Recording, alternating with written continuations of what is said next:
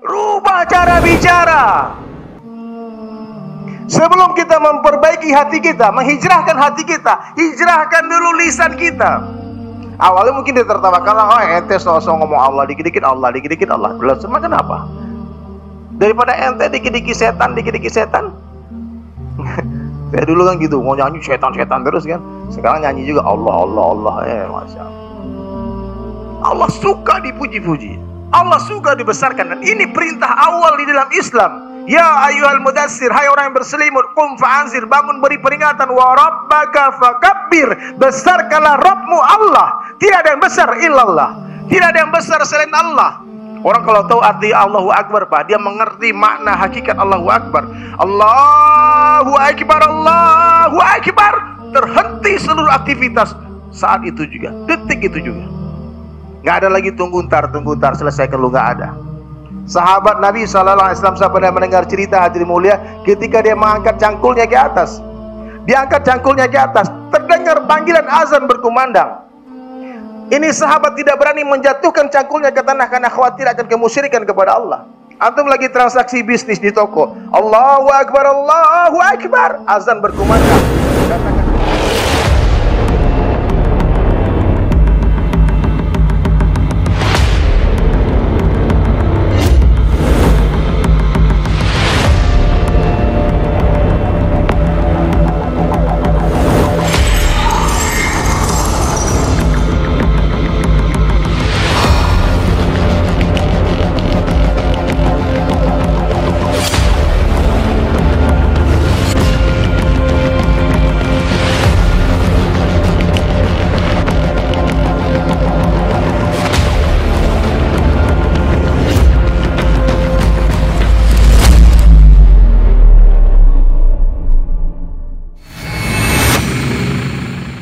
ya orang beriman itu mudah saja, hadirin mulia. Cara kita membedakan mana orang beriman, mana orang yang tidak beriman mudah saja. Dari mana? Dari cara mereka berbicara. Kalau orang-orang kafir, Pak, dia ngomongnya enak aja, kita ini hidup ini, kata. Tidak, kita tidak hidup, namun kita dihidupkan oleh Allah. Sebentar lagi kita tidak mati, namun kita dimatikan oleh Allah. Kita tidak ada, namun kita diadakan oleh Allah. Dunia ini tidak ada, dunia ini pun diadakan oleh Allah.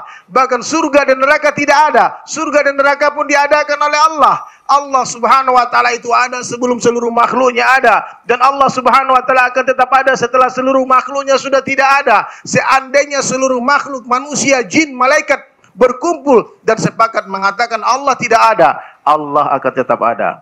Kenapa demikian? Karena Allah itu ada sebelum kata-kata ada itu ada. Dan Allah Subhanahu wa taala akan tetap ada setelah kata-kata ada itu sudah tidak ada lagi.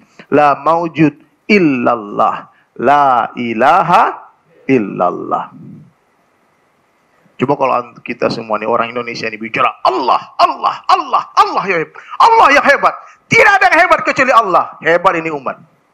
Itu kalimah la ilaha illallah, Pak. Antum tahu? Nabi Musa alaihissalam berdoa kepada Allah, ya Allah berikan aku satu kalimat untuk memujimu ya Allah, satu kalimat untuk berzikir kepadamu ya Allah. Maka Allah katakan, ya Musa ucapkanlah la ilaha illallah. Ya Allah, bukankah semua orang mengucapkan kalimat itu? Berikan aku satu kalimat yang spesial, khusus untuk aku saja. Apa jawaban Allah Ta'ala kepada Nabi Musa alaihissalam? Hai Musa, seandainya kalimat itu diletakkan di sebelah timbangan, di satu neraca timbangan, lalu sebelah timbangan lagi diletakkan 7 lapis langit dan 7 lapis bumi, niscaya lebih berat itu kalimat la ilaha illallah daripada 7 lapis langit dan 7 lapis bumi. Bagaimana kalau kalimat itu ada di hati-hati kita semua? Di hati kita ada Allah. Ma fi qalbi ghairullah. Tidak ada mobil di hati, tidak ada rumah di hati, tidak ada pangkat di hati, tidak ada popularitas di hati, tidak ada suami di hati, tidak ada istri di hati, tidak ada anak di hati. Ma fi qalbi ghairullah. Hanya ada Allah di hati. Ini hebat orang, Pak. Dia tidak terkesan kepada apapun kecuali kepada Allah. Dia tidak takut kepada apapun kecuali kepada Allah. Dia tidak akan pernah meminta kepada apapun siapapun kecuali kepada Allah. Dia tidak akan pernah berharap kepada siapapun kecuali kepada Allah. Semakin besar harapan hati kita kepada selain Allah, maka semakin besar kekecewaan yang akan menghantam kehidupan kita. Mudah saja, Pak. Kita melihat orang hijrah atau tidak itu dari mana? Dari pembicaraannya yang awal. Kalau hati orang kita nggak tahu. Hati saya antum nggak tahu, tapi pembicara orang kita tahu. Karena hati ini hadirin mulia, seperti sebuah telaga yang memiliki 4 saluran. Yang pertama lisan, yang kedua pendengaran, yang ketiga penglihatan, yang keempat pikiran. Apa yang dibicarakan manusia dilihat, manusia didengar, manusia difikirkan, manusia akan masuk ke dalam hatinya. Makanya orang yang hari-hari bicara dunia, mendengar dunia, melihat dunia, fikir dunia, dunia masuk ke hatinya. Begitu juga orang yang hari-hari bicara kebesaran Allah, hari-hari mendengar kebesaran Allah, melihat kebesaran Allah, memikirkan kebesaran Allah, barulah kebesaran Allah masuk ke dalam hatinya. Ketika ada Allah di hati seseorang, maka orang ini tidak akan pernah mengucapkan apapun kecuali ada Allah di dalam setiap ucapannya. Ya. Bisa nggak Pak? Kalau disuruh orang bicara kebesaran Allah, dikasih waktu 2 jam. Bisa nggak kita memuji-muji Allah 2 jam? Sementara Allah katakan, seandainya kalian mau menulis nikmat Allah, kebesaran Allah kita mau tulis kepada kita, ya Allah berikan kepada kita, jadikan seluruh air laut sebagai tintanya, 7 samudra jadikan sebagai tintanya, lalu jadikan seluruh dedaunan kertas sebagai kertasnya, dan mulailah kalian menulis nikmat Allah satu persatu, one by one kita tulis. Kering itu air laut, niscaya masih ada nikmat Allah yang belum tertuliskan. Kenapa ketika hari ini kita suruh orang Islam bicara tentang Allah, dia tidak tahu, dia tidak bisa, karena dia tidak pernah melatih lisan dia untuk bicara kebesaran Allah. Mulai hari ini jangan ngomong Tuhan lagi. Tidak ada Tuhan, yang ada hanya Allah. La ilaha illallah. Tidak ada Tuhan illallah, yang ada hanya Allah Ta'ala. Antum ngomong Tuhan Pak, nggak ada pahalanya. Allah. Rubah cara bicara. Sebelum kita memperbaiki hati kita, menghijrahkan hati kita, hijrahkan dulu lisan kita. Awalnya mungkin dia tertawakan, oh ente sosok ngomong Allah, dikit-dikit Allah, dikit-dikit Allah. Lalu semua kenapa? Daripada ente dikit-dikit setan, dikit-dikit setan. Saya dulu kan gitu, mau nyanyi setan-setan terus kan. Sekarang nyanyi juga Allah, Allah, Allah. Masya Allah. Allah suka dipuji-puji. Allah suka dibesarkan, dan ini perintah awal di dalam Islam. Ya ayyuhal mudassir, hai orang yang berselimut, qum fa'anzir, bangun beri peringatan, wa rabbaka fakabbir, besarkanlah Rabbmu Allah. Tidak ada yang besar illallah. Tidak ada yang besar selain Allah. Orang kalau tahu arti Allahu Akbar Pak, dia mengerti makna hakikat Allahu Akbar. Allahu Akbar, Allahu Akbar. Terhenti seluruh aktivitas saat itu juga, detik itu juga. Nggak ada lagi tunggu ntar, selesai kalau nggak ada. Sahabat Nabi SAW, saya pernah mendengar cerita hadirin mulia, ketika dia mengangkat cangkulnya ke atas. Dia angkat cangkulnya ke atas, terdengar panggilan azan berkumandang. Ini sahabat tidak berani menjatuhkan cangkulnya ke tanah karena khawatir akan kemusyrikan kepada Allah.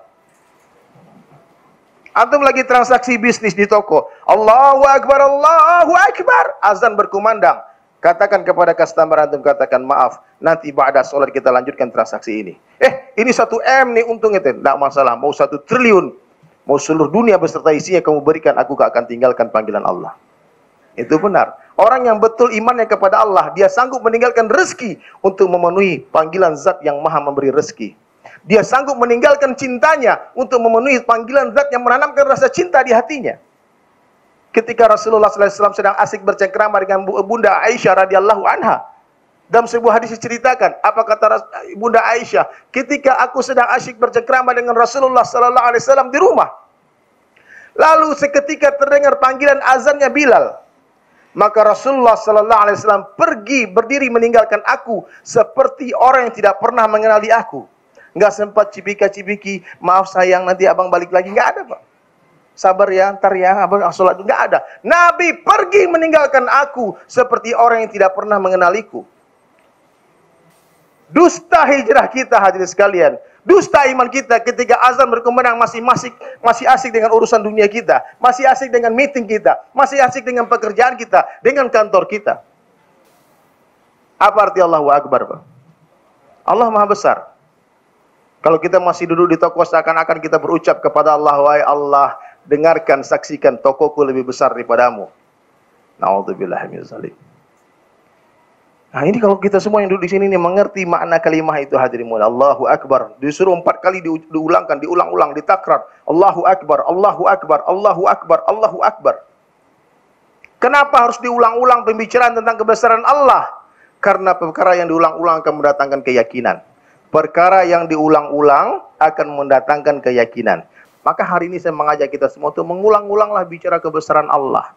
Supaya apa? Supaya kebesaran Allah masuk ke hati kita.